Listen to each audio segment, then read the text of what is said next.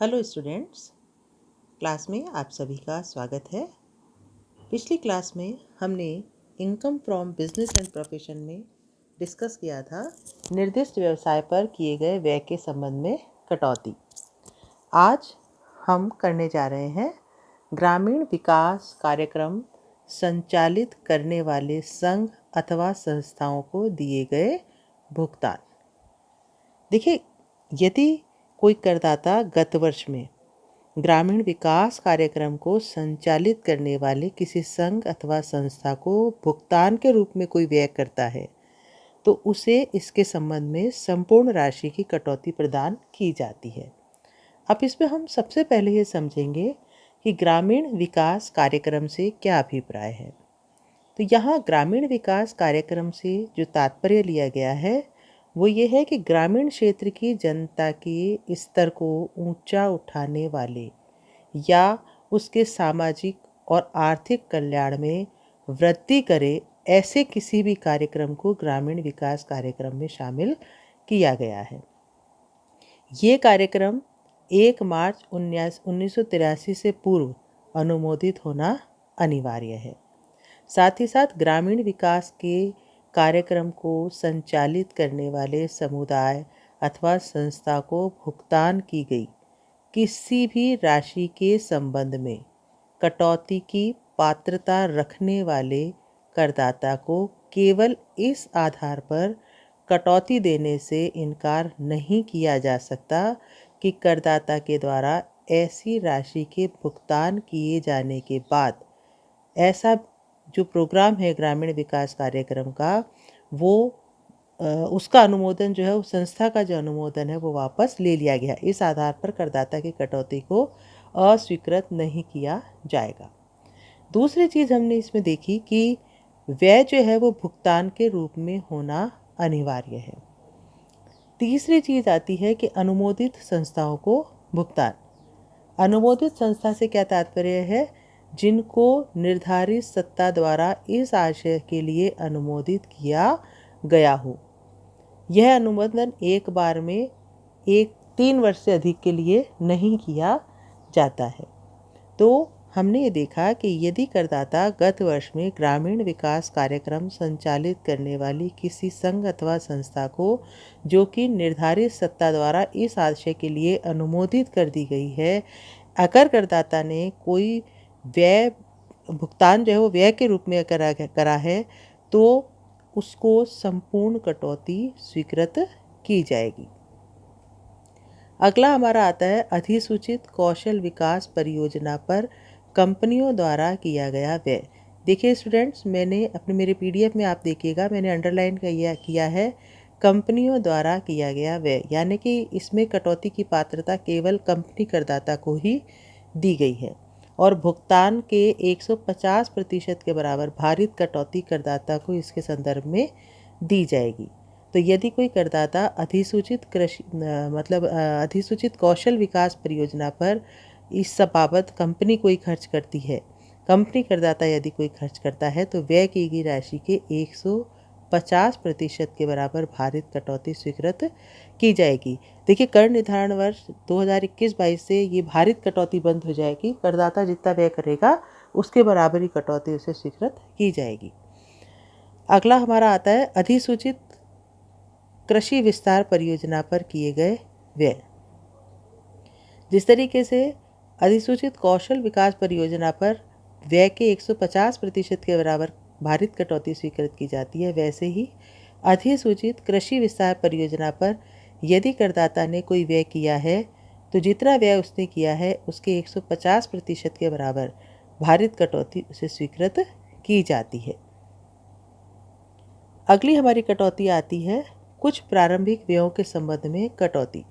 देखिए, धारा 35D के अंतर्गत यदि करदाता ने अपने व्यवसाय के स्थापना हेतु किसी तरीके के कोई प्रारंभिक व्यय किए हैं तो उसे धारा 35D में कटौती स्वीकृत की जाती है। अब सबसे पहले हम इसमें अध्ययन करेंगे पात्रता का। तो इसमें भारतीय कंपनी अथवा भारत में निवासी व्यक्ति जो कोई भी अन्य करदाता है कंपनी के अलावा, वो इसकी कटौती व्यापार एवं पेशे के अंतर्गत ले सकता है। कटौती के लिए हम पढ़ेंगे कि सभी प्रकार के करदाताओं को किस किस व्यय को प्रारंभिक व्यय में शामिल करते हुए कटौती स्वीकृत की जाएगी। तो पहला है संभावना का विवरण तैयार करने पर यदि करदाता कोई व्यय करता है। इसी तरीके से बाजार संबंधी जांच पड़ताल हेतु यदि करदाता ने कोई अपने व्यापार के लिए यदि कोई सर्वे करवाया है, उसके लिए यदि कोई व्यय किया है।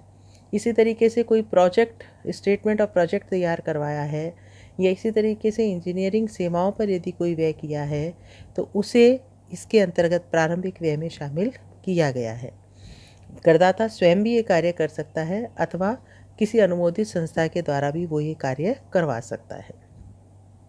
इसी तरीके से करदाता के व्यापार को स्थापित करने अथवा उसका संचालन करने के उद्देश्य से करदाता द्वारा अन्य किसी व्यक्ति के साथ यदि इस संबंध में कोई प्रसंविदा लिखवाने के लिए यदि कोई ड्राफ्टिंग के लिए कानूनी व्यय होते हैं तो उसे भी इसके अंतर्गत शामिल किया गया है। पार्षद सीमा नियम, पार्षद अंतर नियम को छपवाने के व्यय, कंपनी का रजिस्ट्रेशन करवाने की फ़ीस, इसी तरीके से कंपनी और के अंशों और ऋण पत्रों के निर्गमन के समय दिया जाने वाला अंडरराइटिंग कमीशन, इसी तरीके से प्रविवरण को तैयार करवाने के, टाइप करवाने के, उसका विज्ञापन करवाने के ये व्यय या अन्य कोई इस तरह के व्यय जो निर्धारित किए गए हैं उन्हें प्रारंभिक व्यय में शामिल किया गया है। अब कटौती स्वीकृति हेतु आवश्यक शर्त क्या है। कटौती की स्वीकृति हेतु आवश्यक शर्त में उपरोक्त व्यय, जितने भी व्यय जो मैंने अभी आपको बताए हैं, ये व्यय करदाता का व्यापार प्रारंभ होने से पूर्व किए गए हों।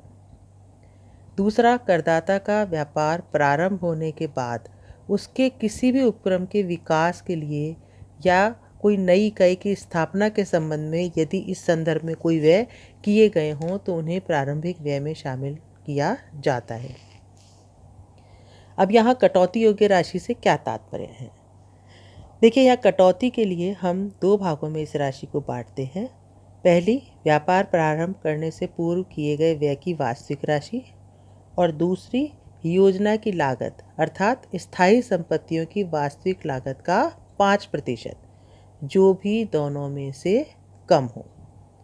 यदि व्यापार प्रारंभ हो गया है, उसके बाद किसी नई इकाई का विकास होता है या उपक्रम का विस्तार किया जाता है, ऐसी स्थिति में भी वास्तविक व्यय एवं योजना की लागत और जो भी स्थायी संपत्ति की वृद्धि हुई है उसकी वास्तविक लागत का 5%, जो भी दोनों में से कम हो, उसकी कटौती करदाता को प्रदान की जाती है। कटौती किस तरीके से प्रदान की जाती है कि जो भी दोनों में से कम होगा उसका 1/5 भाग प्रतिवर्ष करदाता को कटौती के रूप में स्वीकृत किया जाएगा। तो हम इसको अन्य शब्दों में कैसे समझ सकते हैं कि सबसे पहले हम लेंगे कि व्ययों की वास्तविक राशि और योजना की लागत का 5%। मैं वापस क्लियर कर देती हूँ। योजना की लागत से यहाँ क्या तात्पर्य है, स्थायी संपत्तियों की वास्तविक लागत, actual cost of fix assets का 5%।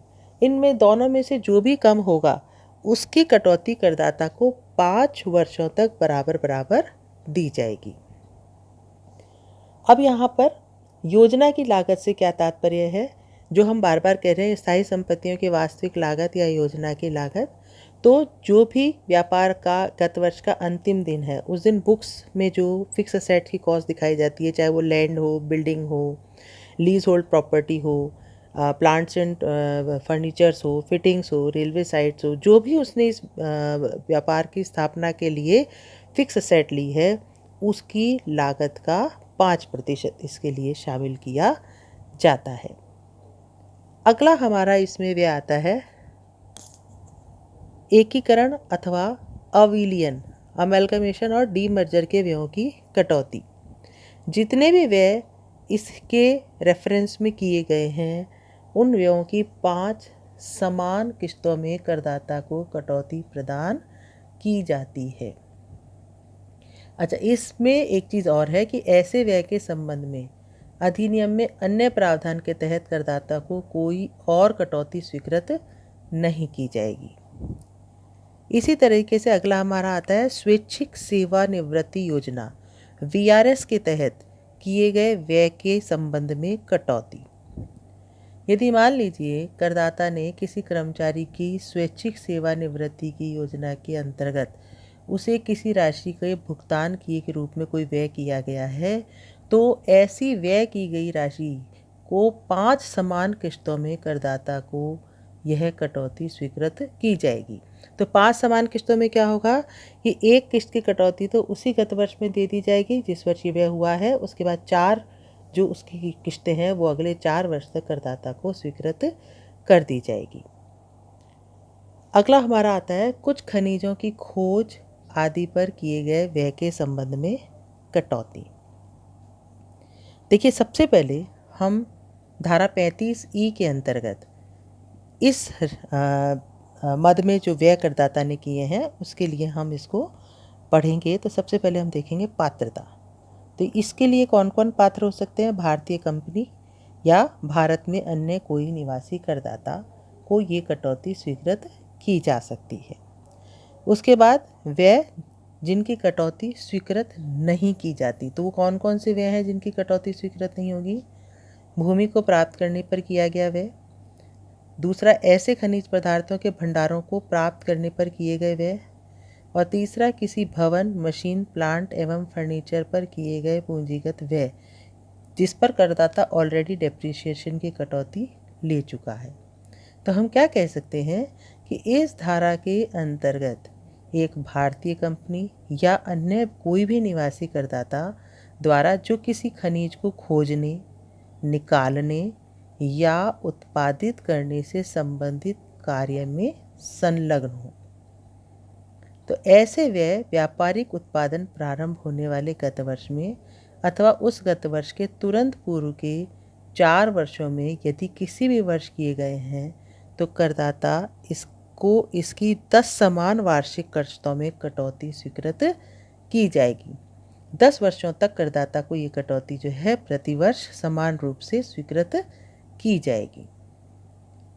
अब हम यहाँ देखेंगे कि यदि मान लीजिए कि कटौती करदाता को मिली और लाभ की राशि कम रह गई, तो ऐसी स्थिति में करदाता के लिए ये जो कटौती है वो एकदम अशोधित ह्रास की तरह इसको हम ट्रीट करेंगे।